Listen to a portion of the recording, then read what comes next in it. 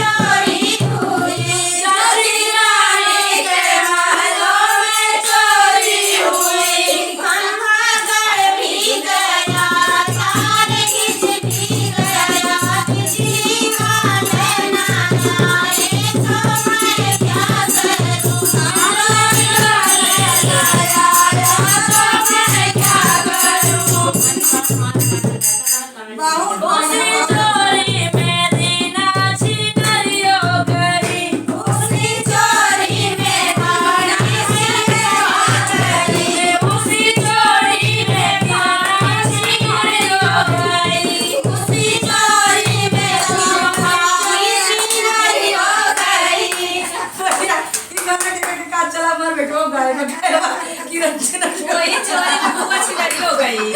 हाँ हमार बेटो गाय बाबा चोरी में बुआ छिनारी हो गई। दिखावा भैया कहाँ बात है। कमिटी बता